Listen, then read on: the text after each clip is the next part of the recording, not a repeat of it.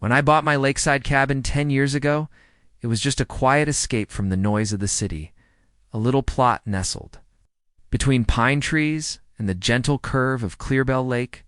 Back then, there was no access road to speak of, just a narrow trail used by deer and hikers.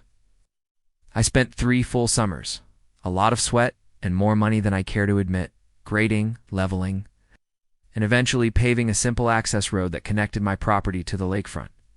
I even got it approved by the county and logged in the public records as a shared easement road for emergency and utility access.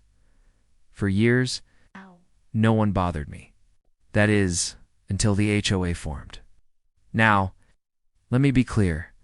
My property isn't technically part of the HOA.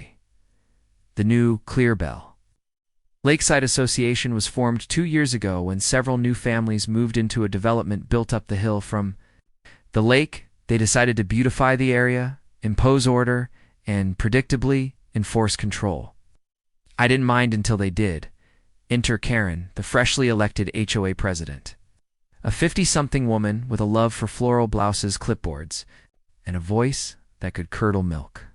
Karen was infamous for marching up and down the neighborhood issuing warnings about mailbox height and trash bin placement. She once tried to fine my buddy Jake for tree overgrowth in the forest, but Karen wasn't prepared for me. It started innocently. Enough. I came home one weekend to find a printed violation notice taped to the gate of my driveway. It redo are in breach of HOA Regulation 3.2. 1. Unauthorized access to lakefront path.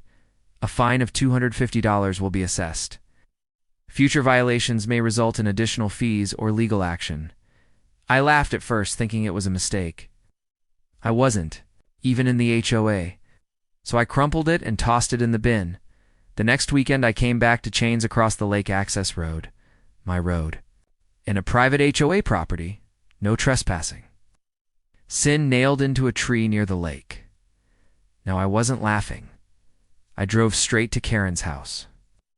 She answered the door holding a sparkling lemonade like she was expecting a friendly neighborly. "Chat-tot, hi there," she chirped. "If this is about the fine, it's really just a formality. Everyone has to play by the same rules if we want to keep the lakefront pristine." I calmly explained, "Karen, that road, the one you chained up, I built that road myself. Years ago. It's on the county records." Her eyes narrowed. "Well, that doesn't mean it's not part of the community now. You're using HOA maintained space to access the lake?" "No," I corrected. "You're blocking a legally registered easement that doesn't belong to you. I have the paperwork, permits, and dated receipts to prove it." She smiled, one of those tight-lipped, try-me kinds of smiles. "Well, and I guess we'll let the lawyers sort it out." So I did exactly that. Moreover, the next 2 weeks, I gathered every shred of documentation, permits from the county, invoices from the gravel company, even photos of me in muddy boots spreading stone with a rented bobcat. I also called the county clerk's office and confirmed the easement was still recognized and legally accessible for utility and property use, including lake access. Meanwhile, Karen kept doubling down, sent me 2 more fines in the mail. Now up to $500, filed a complaint with the sheriff, and even had HOA members stake out the road, watching anyone who dared walk down it.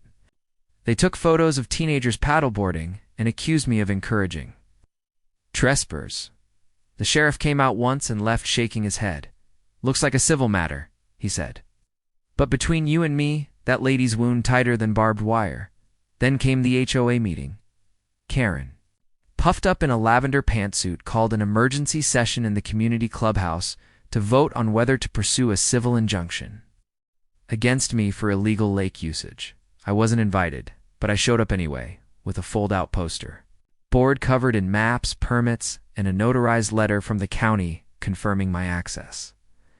When Karen tried to stop me at the door, I told her I had just as much right to be there as anyone, after all.